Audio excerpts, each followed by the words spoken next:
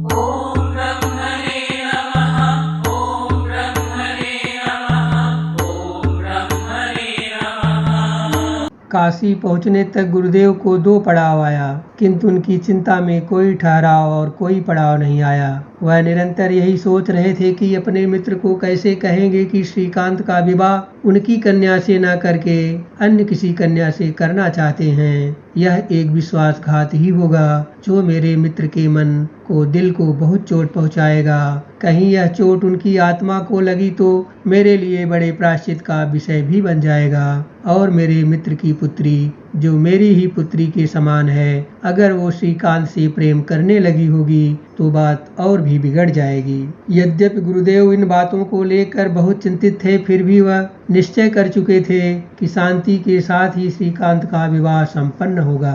गुरुदेव के माथे पर चिंता की लकीरें आसानी से पढ़ी जा सकती थी। चिंतित गुरुदेव ने जब महात्मा जी के घर में प्रवेश किया तो महात्मा जी श्रीकांत को गृहस्थ जीवन के विषय में प्रबोध कर रहे थे। जैसे ही गुरुदेव पहुंचे, श्रीकांत ने गुरुदेव को साष्टांग प्रणाम किया और उनके मित्र महात्मा जी गुरुदेव से गले लगे और तब महात्मा जी ने श्रीकांत को वहां से जाने का इशारा किया।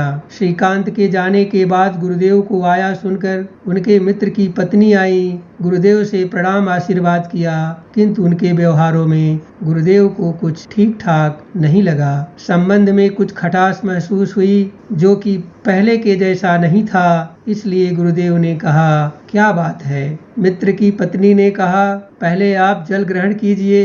यह कहकर उन्होंने गुरुदेव को पीने के लिए जल प्रदान किया और कहा कि आप बहुत दूर से चलकर आ रहे हैं, थक गए होंगे, कुछ आराम कर लीजिए, फिर हम बैठकर बातें इत्मीनान से करेंगे। गुरुदेव तो शरीर से तीसरे पड़ाव पर ठहर गए थे, किंतु उनके मन की चिंता तो अब दूने रफ्तार से चल रही थी। सोच रहे थे कि हमारे मित्र पहले से ही कुछ दुखी हैं, अब उन्हें एक और बड़ा दुख नहीं दिया जा सकता, इसलिए इस बार श्रीकांत के विवाह की चर्चा वह नहीं करेंगे। और गुरुदेव यह भी समझ गए थे कि उनकी नाराजगी उनसे ही है। ऐसा सोच ही रहे थे कि उनके मित्र ने कहा, चलिए अब भोजन ग्रहण कर लेते हैं। भोजन हो जाने के बाद उनके मित्र की पत्नी ने कहा कि मैं आपकी क्या लगती हूँ? गुरुदेव ने कहा, मेरे मित्र की पत्नी होने के नाते आप मेरी भाभी हो।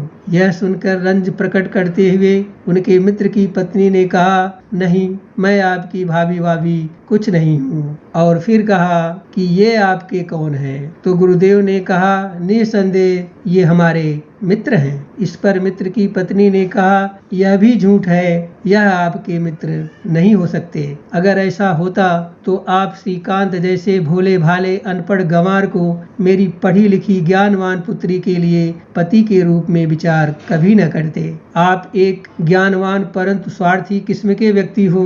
अपने शिष्य के लिए तो आपको एक पढ़ी लिखी कन्या चाहिए, किंतु मेरी कन्या के विषय में आपने एक बार भी नहीं सोचा। फिर उनके मित्र ने अपनी पत्नी की बात को आगे बढ़ाते हुए कहा कि आपसे ऐसी उम्मीद नहीं थी मित्र, मैं तो यही जानता था कि मेरी पुत्री को आप अपनी पुत्री के जैसा ही मानते हैं। जिसे सुनकर गुरुदेव खिलखिलाकर हंस पड़े। उनकी चिंता अपने मित्र की बात सुनकर इस तरह से फुर्र हो गई जैसे बहेलियों को देखकर चिड़िया फुर्र हो जाती है, मानो उनकी जान पर संकट की छाया किसी स्वप्न के कारण थी, अब वो जग गए हों। यह सुनकर गुरुदेव के तन की, मन की, दिल की सारी थकान अब दूर हो गई।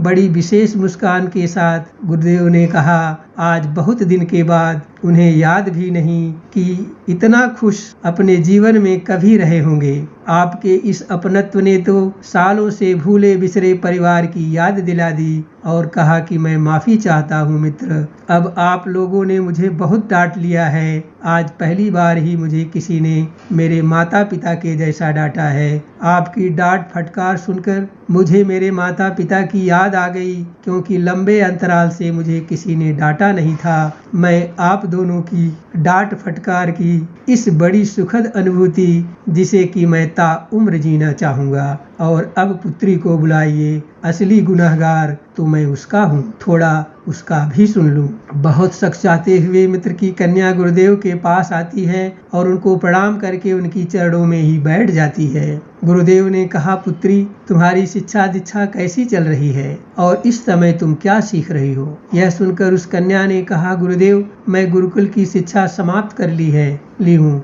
और अब मैं अभ्यास कर रही हूँ। आपसे भी कुछ सीखना चाहती हूँ। पिताजी कहते हैं, आप बाल ब्रह्मचारी हैं, आप तपस्वी हैं, ज्ञानियों में श्रेष्ठ हैं, इसलिए आप मुझे प्रबोधित करें, जिसके लिए आप थोड़े दिन हमारे यहाँ रुकें। गुरुदेव ने कहा कि पुत्री, पहले आपसे मैं क्षमा चाहता हूँ कि मैंने आपकी योग्यता के अनुरूप नहीं सोचने की गलती की है। इस पर उस कन्या ने कहा, गुरुदेव, महापुरुष कभी गलती नहीं करते। मेरे लिए तो बड़ी खुशी की बात है कि मुझे श्रीकांत जैसा बड़ा भाई मिल गया है। मेरे जैसी योग्यता वाले व्यक्ति संसार में एक से बढ़कर एक होंगे, लेकिन श्रीकांत जैसा उदार विशुद्ध विचारवान ऐसा लगता है कि वह कलयुग का प्राणी है ही नहीं, इस संसार में अद्वितीय है। उसके जैसा केवल वही अकेला है। उसे मैं बड़े भाई के रूप में पाकर बहुत ही प्रसन्न हूँ और मैं उसे थोड़ा बहुत शिक्षित भी करने का प्रयास कर रही हूँ। गुरुदेव के मित्र ने कहा, मित्र, कुछ दिन आप हमारे साथ रुक जाओ, मुझे भी आपसे बहुत कुछ सीखना है। गुरुदेव इतने खुश थे कि उनके हृदय में कुछ कौतुकी विचार आने लगे थे, इसलिए उन्होंने अपने मित्र की पत्नी को उनके विवाह के बारे में कुछ घटनाएं जिसमें कि वो बाराती थे करते हुए कुछ वाद विनोद करके घर के वातावरण को सुखमय बना दिया। गुरुदेव के मन का बोझ उतर गया था। अब वह थोड़ा मौज के मूड में थे। ऐसा लगता था मानो किसी योगी को बहुत दिन की तपस्या करने के बाद उसका इच्छित फल मिल गया हो।